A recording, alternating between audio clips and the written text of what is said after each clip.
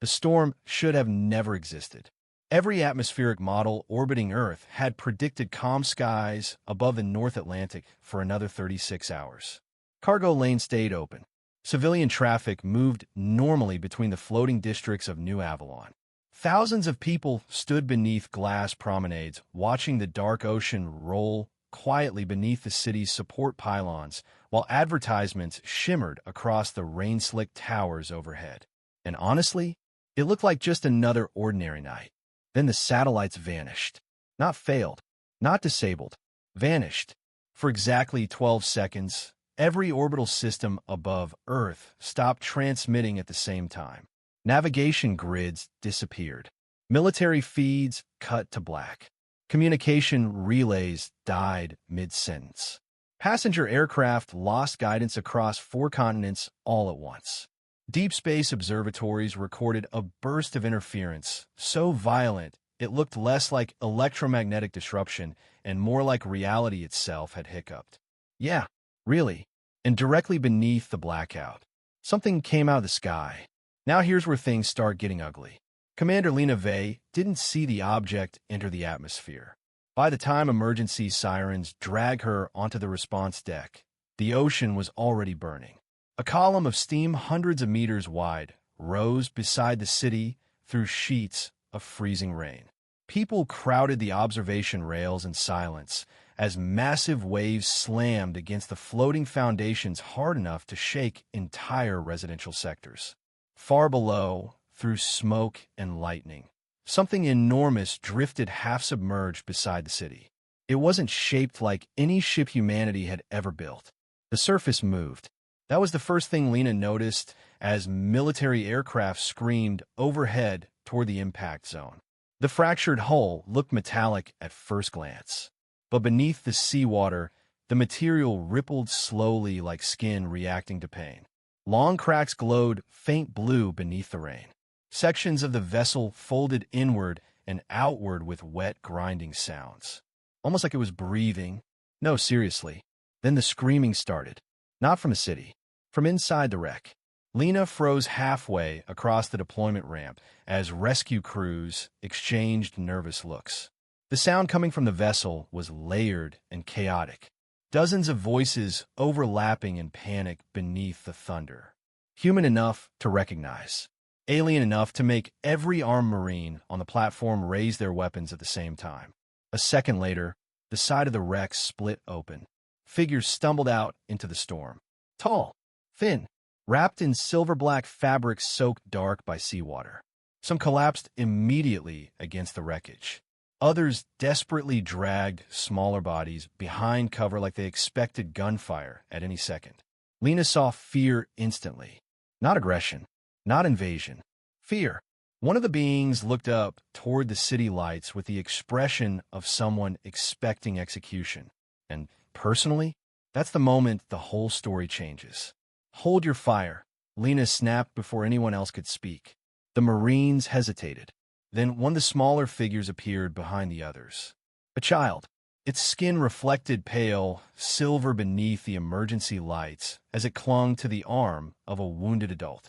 Wide dark eyes scanned the city with naked terror while rain poured across its face. The child noticed the soldiers aiming rifles down from the platform and immediately recoiled backward hard enough to fall against the hull. Lena felt something cold twist in her chest, because she'd seen that reaction before. Not in war zones, not in riots, in refugee camps. Let that sink in for a second. The adult beside the child tried to stand protectively despite obvious injuries.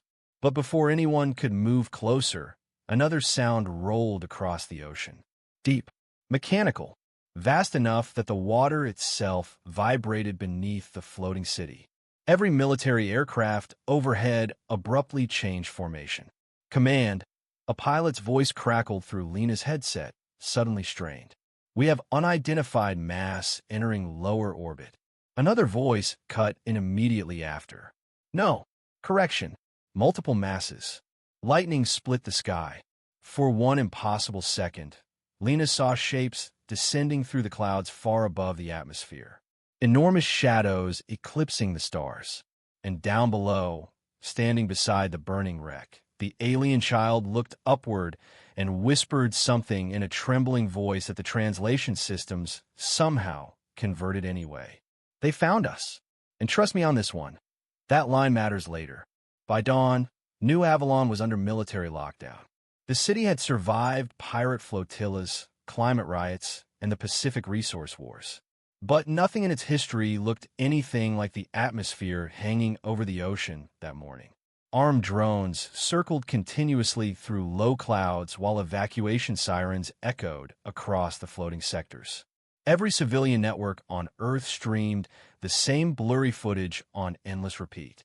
Silver-skinned figures stumbling from a burning vessel beneath, lightning, while orbital command scrambled fighters toward an unidentified threat descending from deep space. Humanity had spent 2 centuries searching for intelligent life. Now first contact had arrived bleeding. And yeah, that's one hell of a first impression. Commander Lena Vey stood inside containment hangar, 3 watching medics attempt to treat beings no human biology database could classify properly. The aliens had been separated into groups beneath portable floodlights, while military scientists scanned them from behind armored glass. Some of the refugees sat completely motionless, conserving energy with eerie discipline. Others watched every human movement with exhausted suspicion, especially whenever armed personnel entered the room. But the children stayed close together. That detail bothered Lena more than anything else. Not because they looked dangerous, because they looked practiced, like children who'd learned a long time ago exactly what happened when they got separated during emergencies.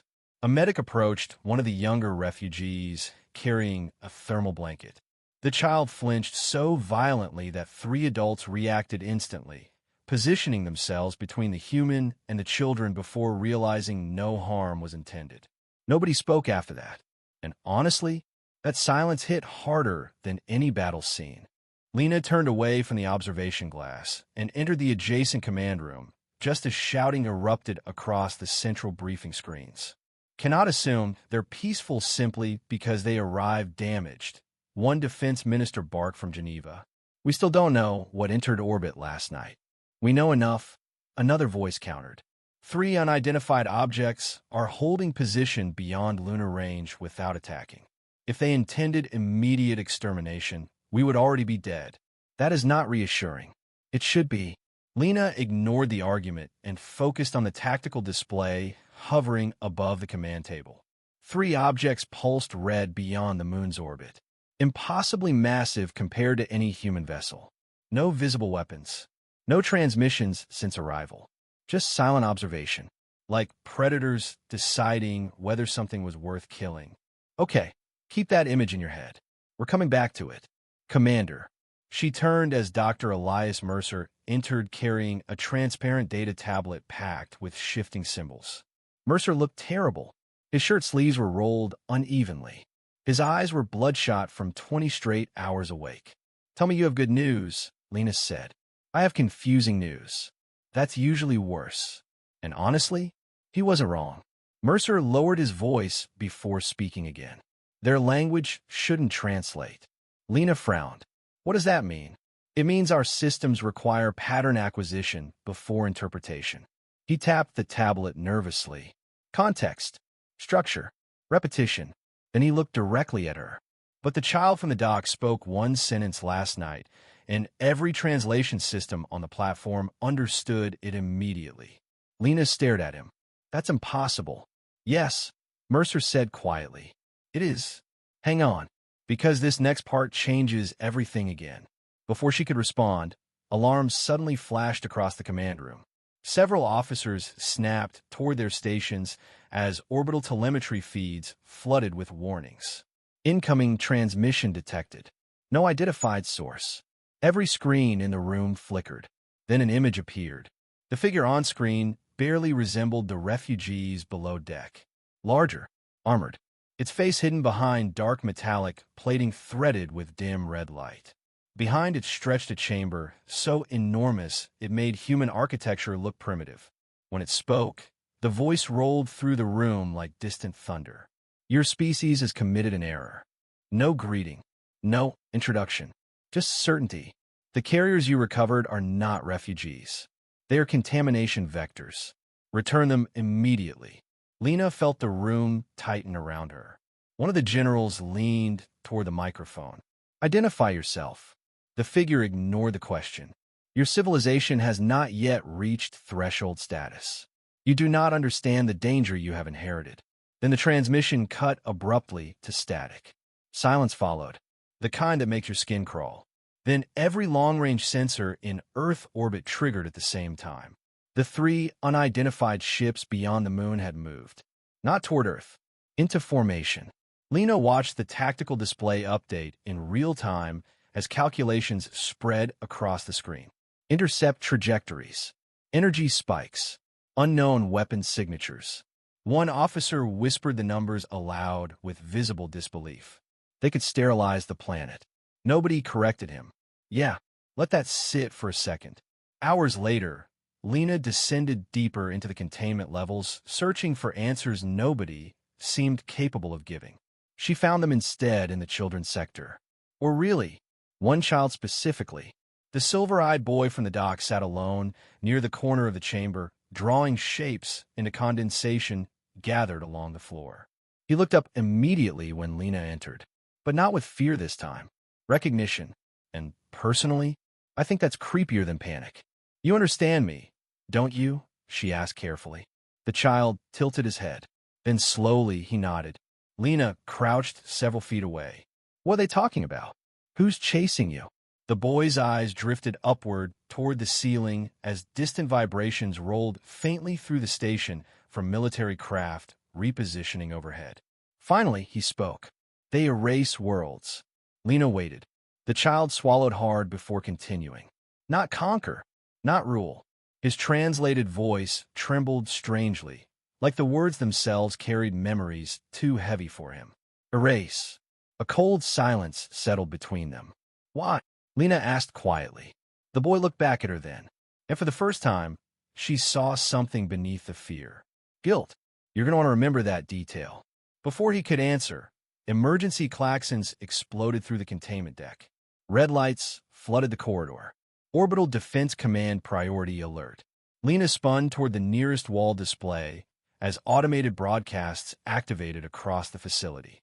Unauthorized activation detected. Location: Lunar Archive, Site Theta. Status: opening. Every officer in the command center upstairs started shouting at once. But Lena barely heard them, because the alien child had gone completely still. And under the flashing red emergency lights, he whispered for words that made her blood run cold. It remembers humanity. Okay, now I am seriously confused in the best way possible. First, aliens fall from the sky. Now, the moon wakes up like it remembers humans from long ago. Something very old is clearly hidden here. Now, before we go any further, you need to understand something. The moon had not transmitted from Archive Theta in 118 years. Most people on Earth didn't even know the facility existed. Officially, the structure buried beneath Shackleton Crater had been abandoned during the resource collapse. Sealed after a reactor failure poisoned the surrounding sector. Unofficially, every high-level military archive listed Theta under a classification so restricted that even mentioning it inside certain government systems triggered automated investigations. And now it was awake. Lena stood inside Orbital Defense Command, watching live feeds pour in from lunar surveillance satellites as massive armored doors slowly opened along the crater floor. Dust rolled upward into black space, while ancient floodlights flickered on one by one beneath the moon's surface. No one in the command center spoke for nearly 20 seconds, because something was moving inside. Tell me that's maintenance automation, someone whispered. Nobody answered. The feed sharpened. Rows of enormous structures emerged from darkness beneath the crater, partially concealed beneath layers of dust and frozen regolith. At first, Lena thought they were ships. Then the scale resolved properly. Not ships, machines. Thousands of them. Silent. Waiting. Humanity had never built anything remotely close to their design. A cold feeling spread through the command room as realization moved person to person. Those machines had been there before modern civilization. Impossible, Admiral Serrano muttered beside her. We would have known. No, Mercer said quietly from behind them. Someone would have known. The room turned toward him. The scientist looked pale as death, tablet shaking slightly in his hands. I pulled archived lunar records after the activation alert. Theta wasn't constructed during the resource collapse. He swallowed hard. It was rediscovered during it. Silence. Heavy silence. Mercer continued. Every original document about the site was erased from public systems 70 years later. By who? That information was erased too. And, yeah, that's the kind of sentence that keeps people awake at night. On screen, another section of the underground vault illuminated. Symbols appeared across metallic surfaces buried beneath the moon for unknown centuries. Strange geometric markings spread across the machines in faint pulses of blue-white light. The exact same light glowing beneath the refugees' crashed vessel. Lena felt her pulse quicken. Before she could speak, every monitor inside the command center flickered again. Another transmission. The armored figure from earlier appeared instantly across every display. This time there was no delay, no static, no attempt at diplomacy. You opened the archive. Not question, an accusation. Admiral Serrano stepped forward immediately. Explain what it is. The figure stared silently for several seconds before answering. You are not meant to survive long enough to find it. And honestly, that line might be the most terrifying one in the entire story. The room erupted instantly. What the hell does that mean? Can they access our systems? Give me every classified file related to Theta right now. Lena barely heard the shouting. Her eyes stayed locked on the final sentence echoing through her head. What was? Not what it is. And trust me, that difference matters. Hours later, deep beneath New Avalon, the alien refugees reacted to the lunar footage with visible horror. Not surprise. Recognition. The older refugees spoke rapidly among themselves, while several younger ones backed away from the screens entirely. One elderly figure collapsed into a chair with trembling hands pressed against his face like he was watching an old nightmare come back to life. Lena noticed something else too. The child was terrified of the moon. Not the fleet in orbit. Not the soldiers. The moon. That's when you know something is deeply wrong. She found him later sitting alone near a reinforced observation window overlooking the storm-dark ocean. Rain hammered endlessly against the glass while military carriers crossed the skyline overhead toward orbital elevators preparing for possible war. The boy never looked away from the clouds. You knew about the archive, Lena said quietly. He nodded once. What is it? For several seconds, he said nothing. Then he asked a question instead. Do humans remember the Silent War? Lena frowned. No. The child finally looked at her. That is why they are afraid. A chill crawled slowly down her spine. Who? The Empire. Lena moved closer carefully. You keep talking about them like they're unstoppable. The child hesitated. Not unstoppable, he whispered. Survivors. Yeah, that word hits different once you hear it out loud. Before Lena could process the answer, alarms thundered across the facility again. Not emergency alarms. Arrival alarms. Deep space tracking had detected something new entering the solar system. Not ships. Signals. Thousands of them. Every observatory on Earth started receiving fragmented transmissions simultaneously from beyond Pluto. Distorted recordings flooded communication arrays across the planet in dozens of unknown languages. Most were corrupted beyond recognition. Except one. A single visual file repeated across every channel. Mercer isolated it inside the command center while military officials crowded around the projection table. The footage showed a planet. Blue oceans. White clouds. Cities visible from orbit. Then darkness spread across the atmosphere like ink dropped into water. Entire continents vanished beneath moving shadows. Not explosions. Absence.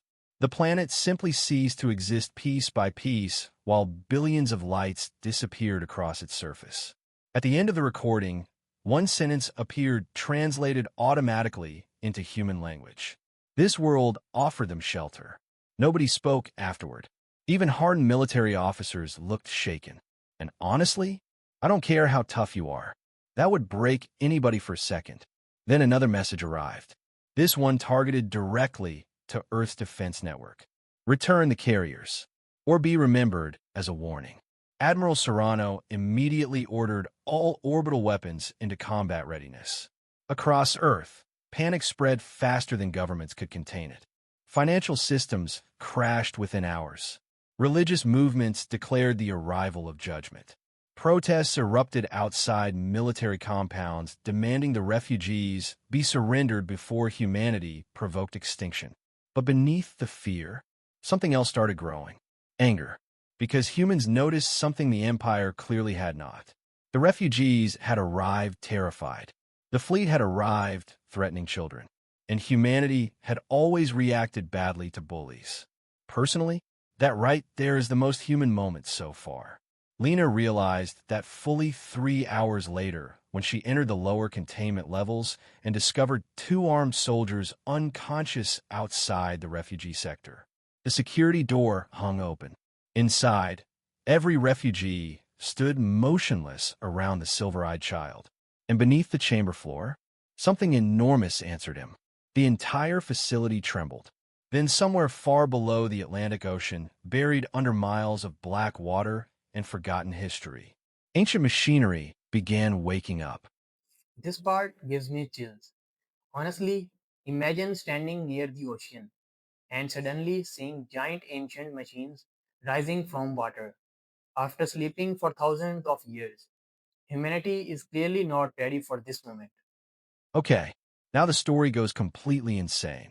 The first structure surfaced 21 minutes after the tremors began. At first, people thought the footage was fake. The video spread across global networks before governments could suppress it. A cargo platform drifting through heavy fog in the mid-Atlantic while crew members pointed cameras toward the ocean behind them. The water had started rotating slowly, forming a whirlpool nearly 2 kilometers wide. Then the sea itself split apart. Something colossal rose beneath it. Black metal emerged from the depths in impossible geometric layers, shedding centuries of sediment and marine growth as entire sections unfolded toward the storm clouds above. Lightning flashed against smooth, curved surfaces larger than skyscrapers. Waves crashed outward hard enough to capsize nearby vessels instantly. And engraved across the structure in glowing white symbols was the exact same language found inside Archive Theta. Humanity watched in silence. Then more structures appeared. Pacific trenches erupted first, then the Arctic shelf, then beneath the Indian Ocean. Massive ancient machines hidden beneath Earth's waters began surfacing one after another across the planet, each larger than entire cities. Nobody knew what they were, but every military satellite confirmed the same horrifying truth. All of them were powering up. No, seriously. Imagine seeing that on your phone in the middle of the night. Inside New Avalon, panic transformed into fracture. The refugee debate became war before sunset. Millions demanded immediate surrender. Others demanded retaliation against the fleet beyond the moon. Entire governments split publicly during emergency sessions broadcast live worldwide. Several nations attempted to seize control of orbital defense systems independently before joint security protocols locked them out. And through all of it, the alien child remained the center of the storm, because every awakening structure responded to him.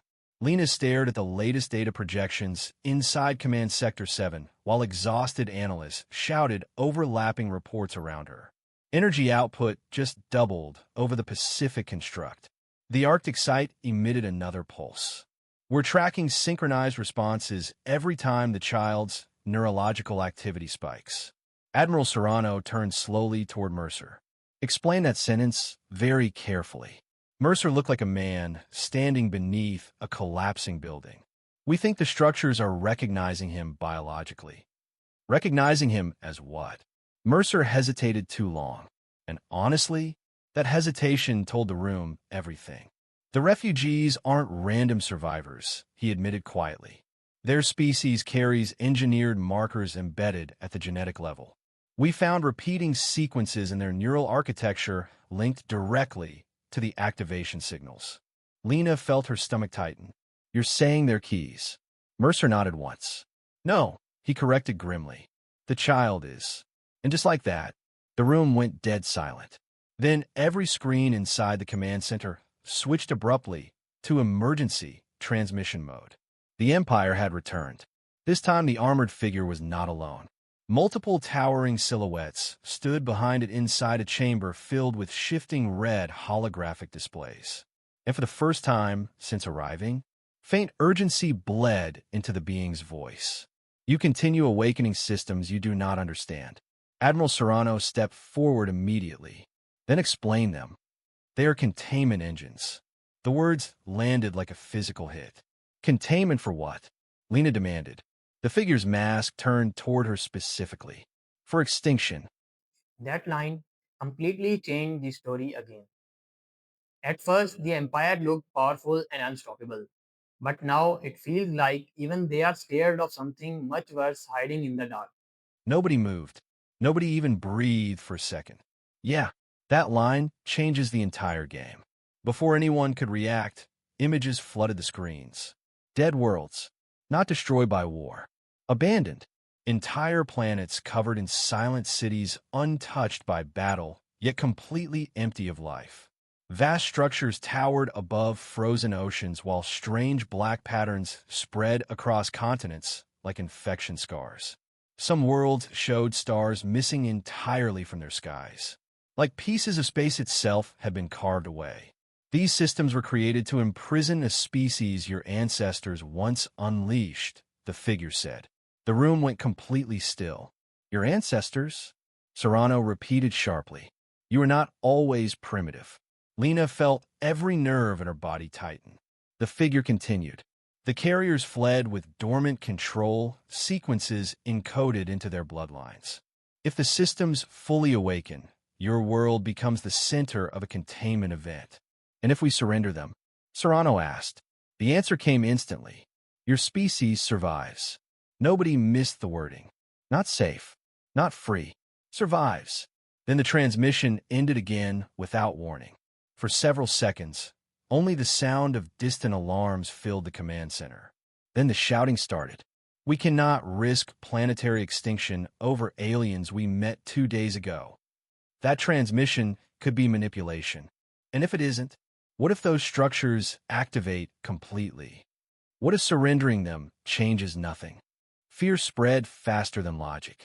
And honestly, that's exactly what fear does. By nightfall, violent protests erupted across 17 coastal cities. Human extremist groups demanded the refugees be turned over immediately, while conspiracy networks claimed governments had hidden alien contact for generations. Several containment facilities were attacked within hours. Then someone tried to kill the child. Lena arrived 3 seconds too late. Gunfire echoed through the lower containment corridor as emergency barriers sealed shut around the refugee sector. 2 dead security officers lay near the entrance while automated turrets scanned frantically for additional threats. Inside the chamber, chaos reigned. Refugees huddled protectively around the younger survivors while medics treated a wounded alien adult near the far wall. Smoke drifted through the room from scorched impact marks across reinforced steel.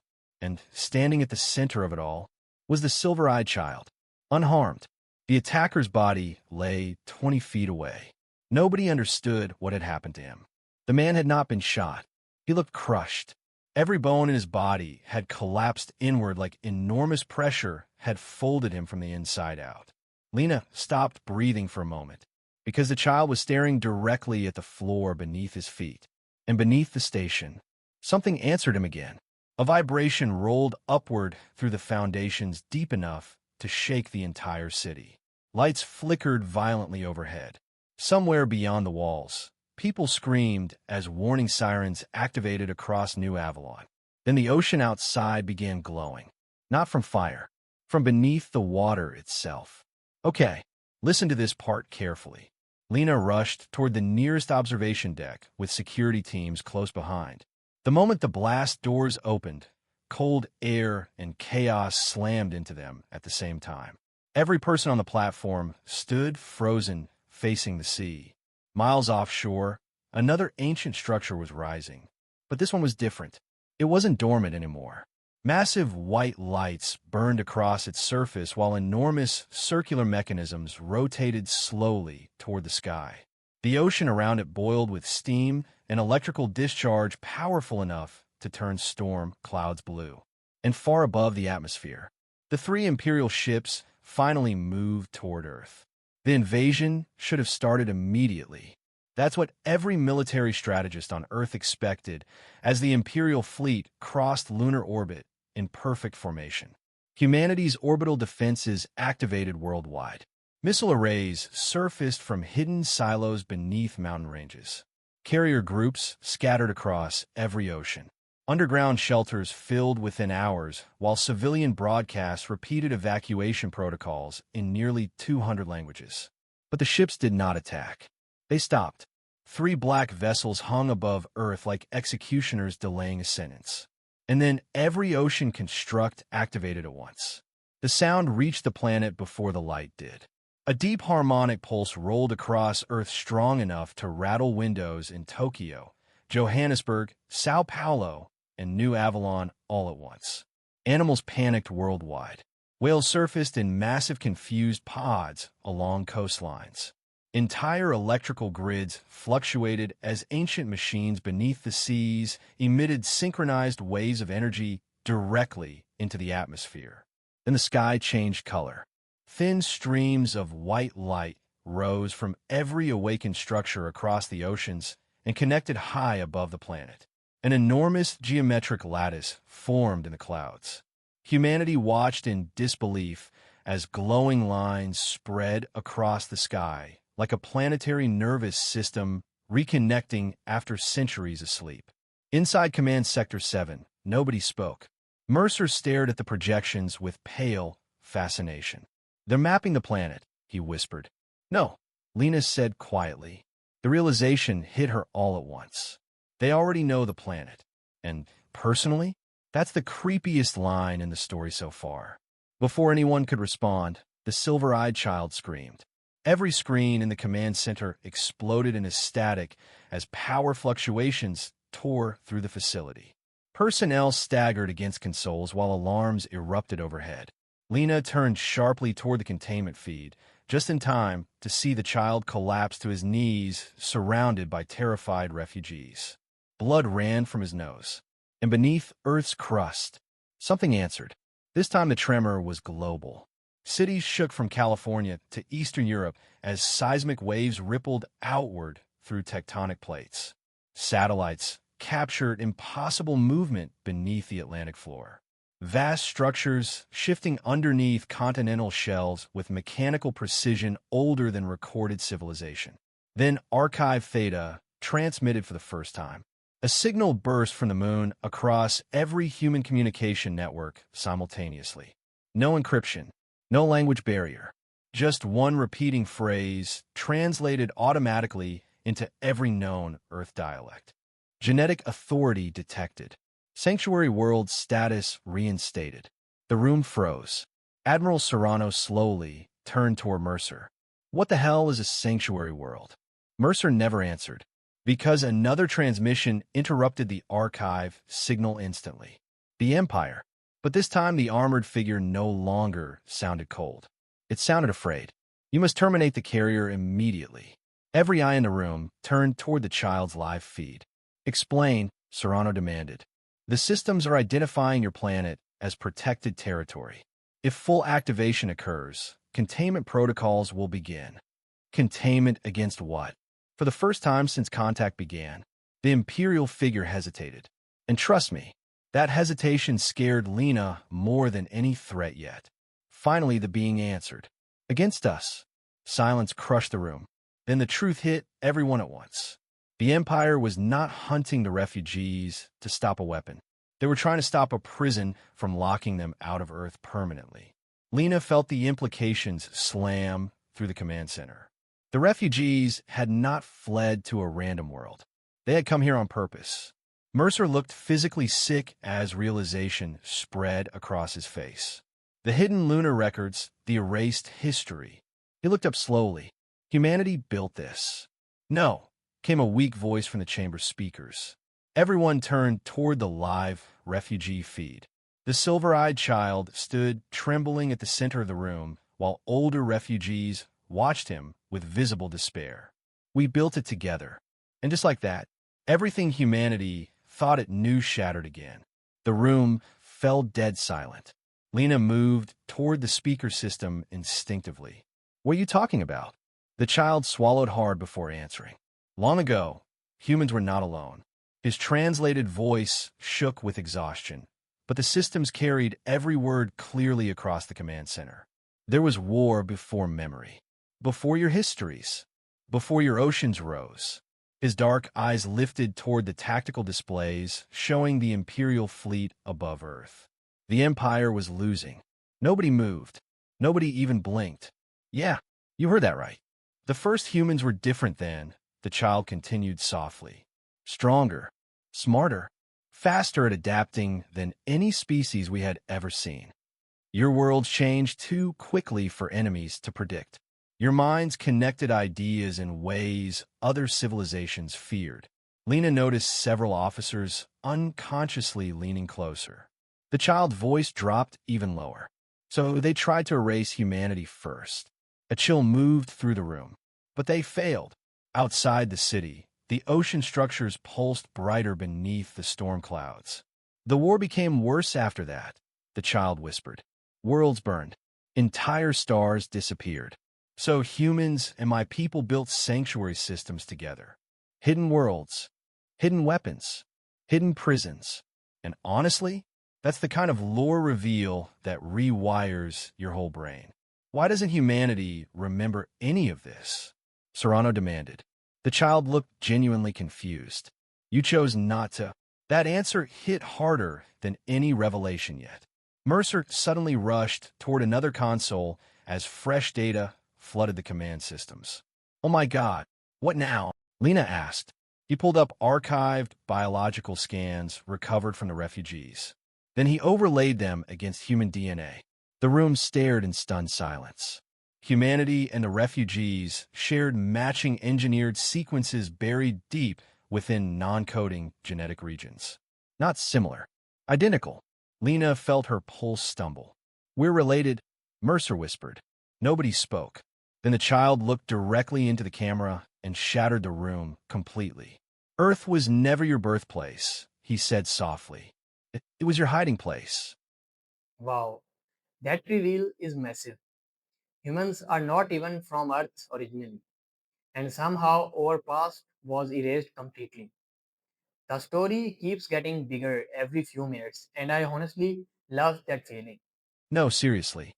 That might be the hardest line in the entire story. At that exact moment, something enormous rose beneath the Pacific Ocean. The structure dwarfed every previous construct combined. Satellite feeds struggled to capture its full scale as continents of black metal emerged through boiling seawater. Massive circular rings rotated slowly around a central spire, extending kilometers into the atmosphere.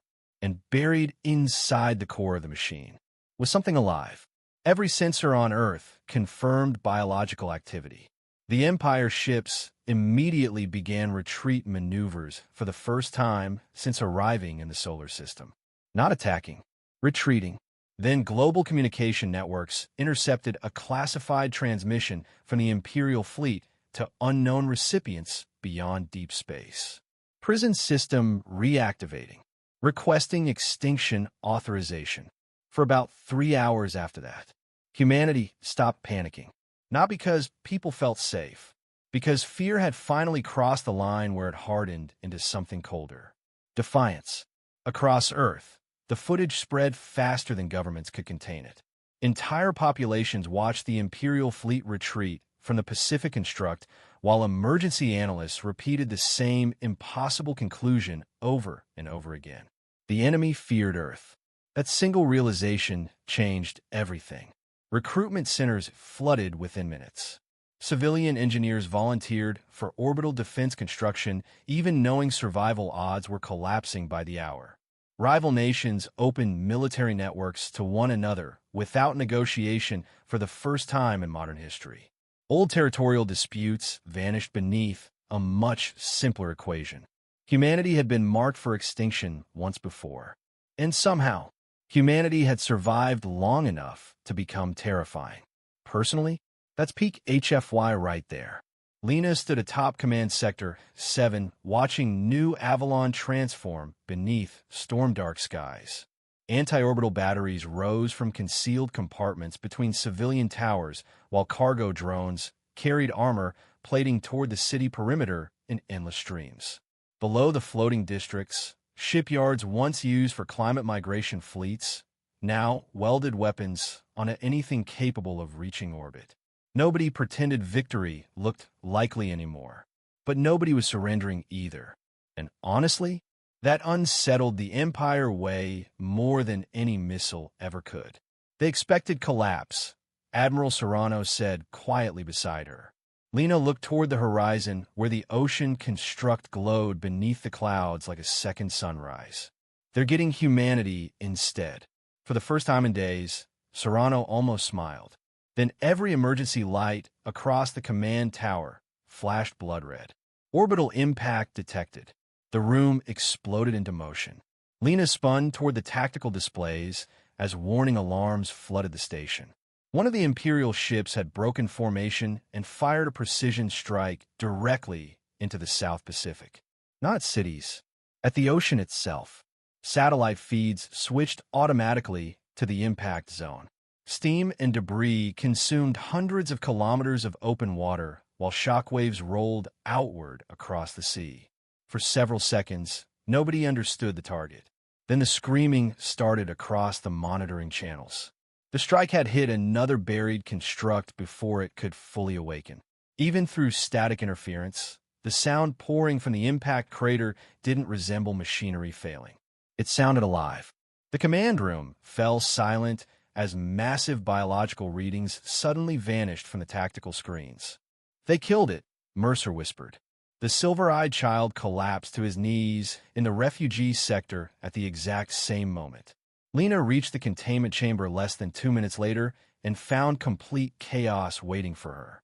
Refugees crowded protectively around the child, while medics struggled to stabilize him beneath flickering lights. Blood streamed from his ears now. His skin had begun glowing faintly beneath the surface like cracks spreading through ice. And every awakened construct on Earth had started responding. The oceans boiled worldwide. Not metaphorically. Actual thermal blooms spread across entire coastlines as ancient systems beneath the planet accelerated into higher activation states. In the Pacific, the massive central structure rotated slowly toward orbit, while enormous rings around its core ignited one after another. Mercer entered moments later, carrying fresh telemetry data and looking more frightened than Lena had ever seen him. "The systems are synchronizing faster now," he said. "The Imperial attack triggered some kind of defensive escalation. What happens if they finish activating?" Lena asked. Mercer hesitated, and honestly, that hesitation was terrifying all by itself. Before Lena could press further, the child suddenly grabbed her wrist. His hand burned with unnatural heat. "They're waking up," he whispered weakly. "Boo!" The boy looked toward the floor beneath them. The judges. Things just became terrifying again. The child is no longer talking like a scared kid. It sounds like some ancient system is speaking through him now. And humanity may be standing in front of judgment itself. Every light in the chamber died instantly. Darkness swallowed the room. Then the floor beneath New Avalon moved. Not shook, moved. An enormous mechanical vibration rolled upward through the city foundations like something impossibly vast had shifted beneath the Atlantic floor directly underneath them. Outside, civilians screamed across the upper districts while emergency sirens howled through rain and darkness. Power returned 3 seconds later. The child was no longer looking at Lena. He was staring past her, at nothing, or maybe someone only he could see. His voice changed when he spoke again. Older. Calmer. Wrong. Genetic lineage confirmed, he said in flawless, unaccented English. Primary custodians identified. Mercer froze. The child continued speaking in the same emotionless tone. Humanity retains adaptive sovereignty status despite cognitive regression. Lena felt cold spread slowly through her chest. What is talking through him? Nobody answered. The child's eyes rolled upward slightly as white light spread beneath his skin. Judgment protocols commencing, the voice said. Planetary species evaluation underway. Then the boy screamed. The artificial calm shattered instantly as he convulsed violently against the floor. Refugees rushed toward him while medics shouted for stabilizers. Lena grabbed Mercer by the collar before he could back away. What is happening? Mercer looked genuinely horrified. I think, he swallowed hard. I think those systems aren't weapons. Another tremor hit the city, much stronger this time. Above them, warning broadcasts activated across every military frequency on Earth simultaneously. Multiple Imperial fleets detected entering solar perimeter. Not 3 ships, not 12, hundreds. Humanity watched the tactical projections update in real time as massive enemy formations emerged from deep space around the outer planets. Entire waves larger than anything previously imagined accelerated inward toward Earth. The extinction fleet had arrived. And yeah, this is where the story officially stops pulling punches. The first Imperial fleet reached Mars orbit 17 hours later. Humanity didn't measure the invasion in speeches or headlines anymore. It measured it in shrinking numbers on tactical displays. Time to interception. Time to orbital breach. Time until extinction-level bombardment became mathematically unavoidable. The estimates changed constantly. They only moved one direction. Inside Earth's unified command network, exhaustion had started stripping people down to their truest selves.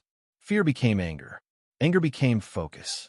Every surviving military asset on the planet redirected toward orbital defense, while civilian infrastructure transformed into wartime production lines at impossible speed. Humanity adapted. That was what it had always done best. Factories once dedicated to climate reconstruction now built atmospheric strike drones 24 hours a day. Mining colonies converted industrial lasers into anti-ship weapons. University quantum labs rewrote targeting algorithms faster than Imperial encryption could evolve. Thousands of independent civilian coders launched unauthorized attacks directly against alien communication systems, simply because nobody had ordered them not to. And honestly, that is the most human thing imaginable. The Empire had prepared for resistance. It had not prepared for improvisation, and that terrified them almost as much as the ancient systems waking beneath Earth. Lena stood inside Orbital Coordination Tower, watching reports flood across command displays from every corner of the planet. The first invasion wave had already begun probing Earth's outer defenses. Several lunar platforms were gone. 2 orbital stations had been vaporized. Entire sections of Earth's satellite network burned across the atmosphere as falling debris. And still humanity kept fighting. Not because victory seemed possible, because extinction had finally become personal. That right there, that's the heartbeat of the whole story. The silver-eyed child sat nearby, surrounded by exhausted refugees and scientists, while glowing patterns slowly spread beneath his skin. Every hour he looked weaker. Every hour the planetary systems grew stronger. Mercer approached Lena, carrying fresh data with trembling hands.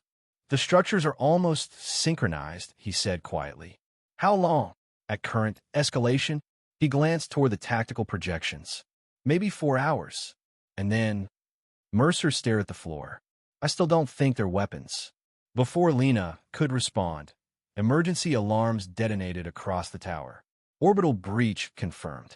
The extinction fleet had arrived. Every screen switched instantly to live feeds from orbit as hundreds of black Imperial vessels emerged above Earth simultaneously.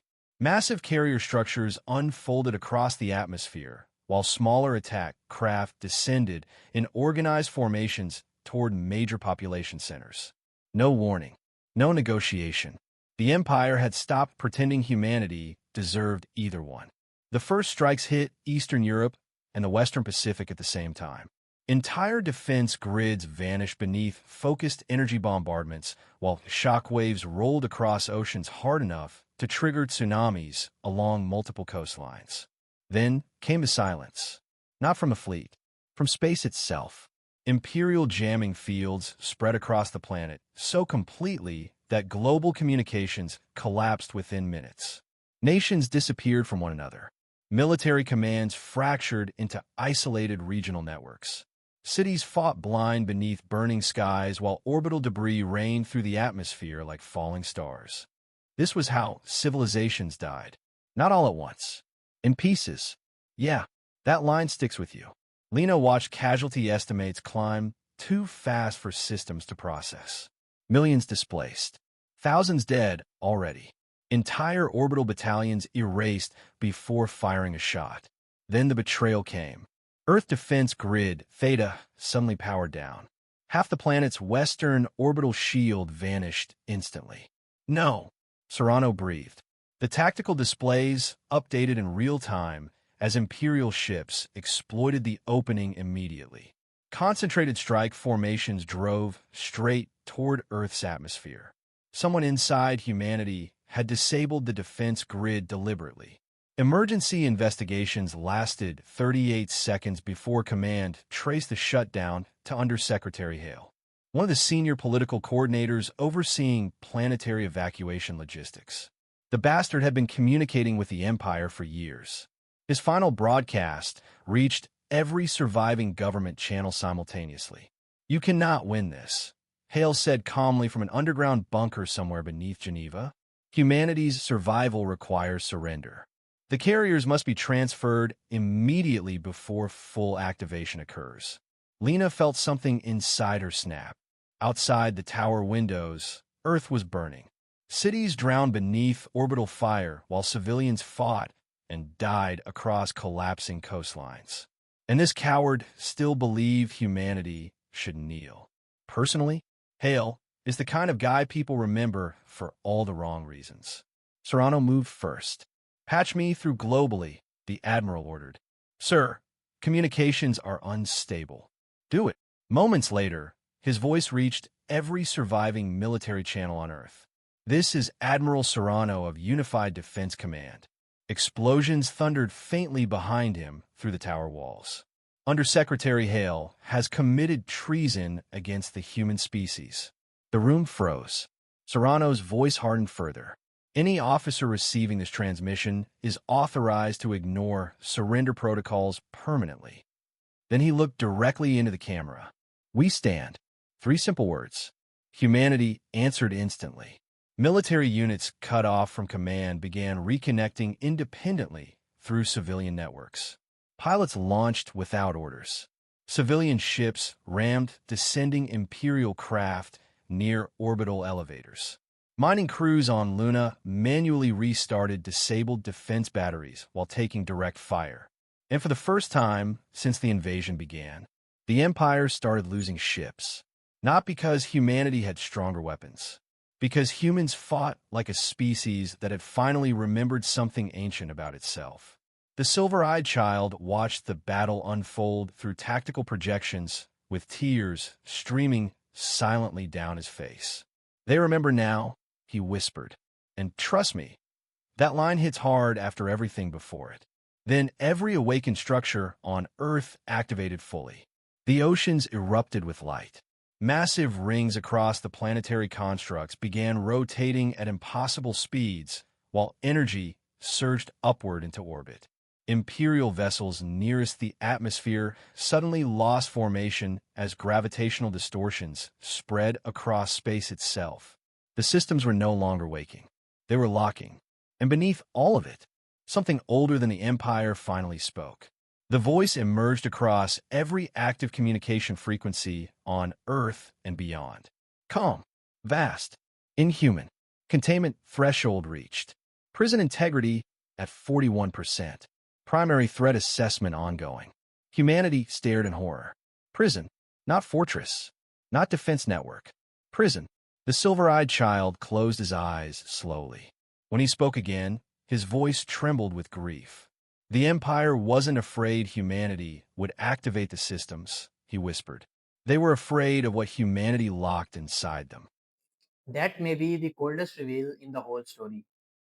Humanity was never only protecting Earth, humanity was protecting the galaxy from something hidden inside this prison world all along. And no joke. That might be the coldest reveal in the entire story. No one spoke after the word prison appeared across Earth communication networks. The invasion didn't stop. Imperial fleets still burned through the atmosphere. Cities still collapsed beneath orbital fire.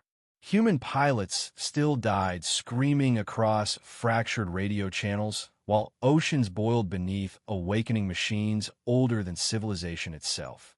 But suddenly, the war looked different. Humanity was no longer fighting to defend Earth from the Empire. Humanity was standing between the galaxy and whatever had once terrified both sides enough to bury an entire planet beneath chains.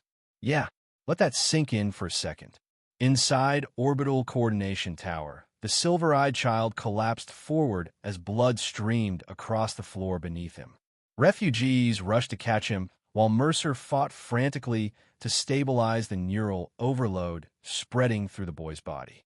He can't survive full synchronization, Mercer shouted. The systems are using him like a relay. Lena barely heard him.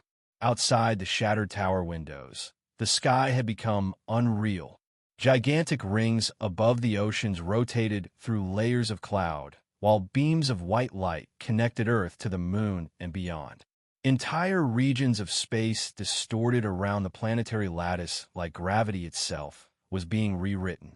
Imperial vessels caught too close to the fields twisted apart silently, crushed beneath invisible pressure before scattering across orbit in burning fragments. Yet more ships kept coming.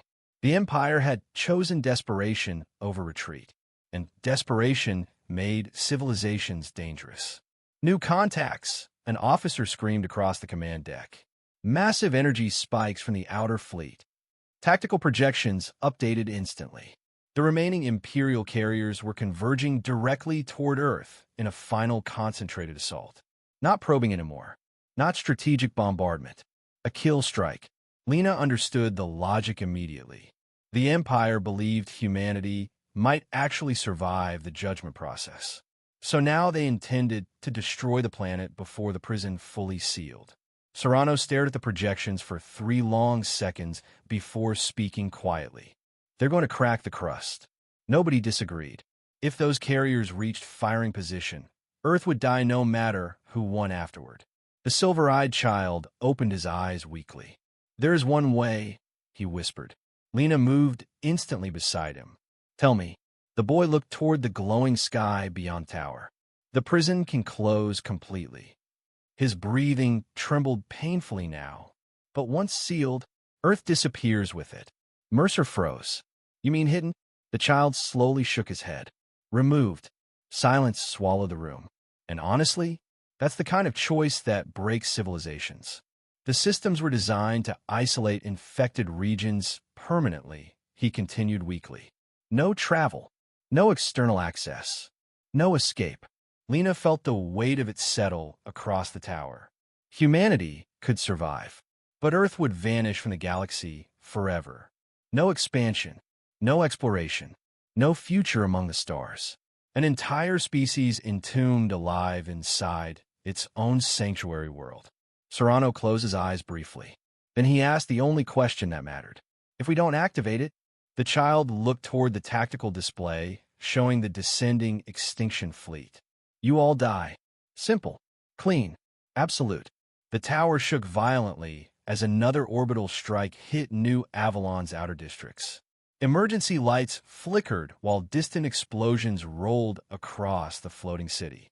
Somewhere below, civilians still fought fires spreading through residential sectors while rescue crews searched collapsed structures for survivors.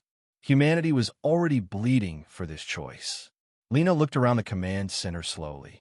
No one was arguing anymore. No one was asking for surrender. The decision had already happened somewhere deeper than words. Personally, This is the bravest moment in the entire story. Serrano straightened beside the tactical table and activated Global Command Override. His voice spread across every surviving military and civilian network left on Earth. This is Unified Defense Command. Around the world, people stopped to listen.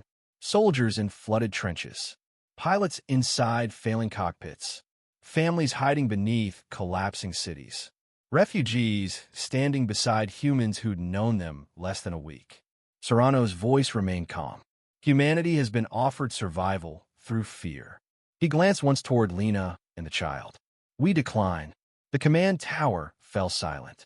We protect our own, Serrano continued, and anyone who stands beside us becomes our own. Across Earth, exhausted soldiers began smiling through blood and smoke. Because those words sounded painfully human, the Admiral drew one final breath.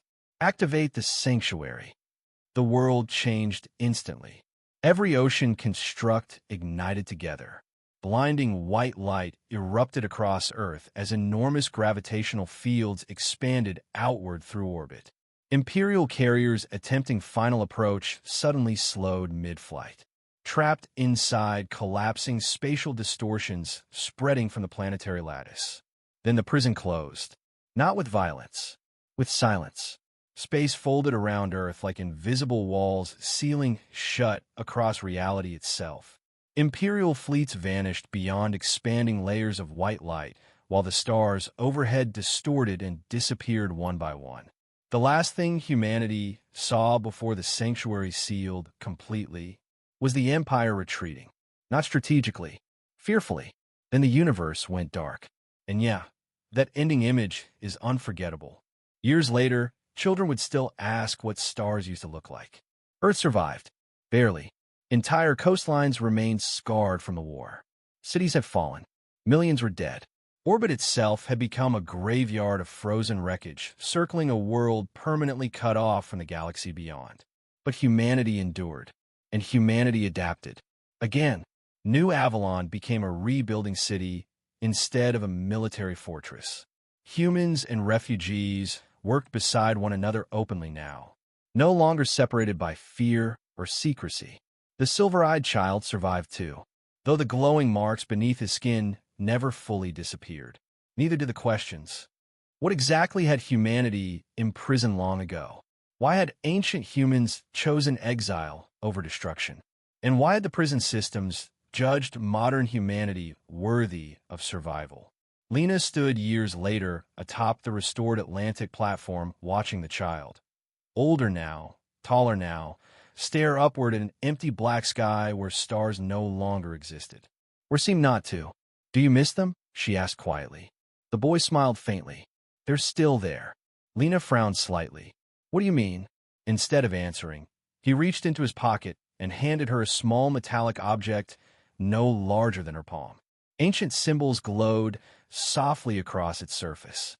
Mercer's hidden scans had identified it months earlier. A navigation key. One route. One narrow opening through the sanctuary walls. A way back into the galaxy. Lena looked up sharply. The boy's expression carried something she hadn't seen in years. Hope. Far beyond the hidden walls surrounding Earth.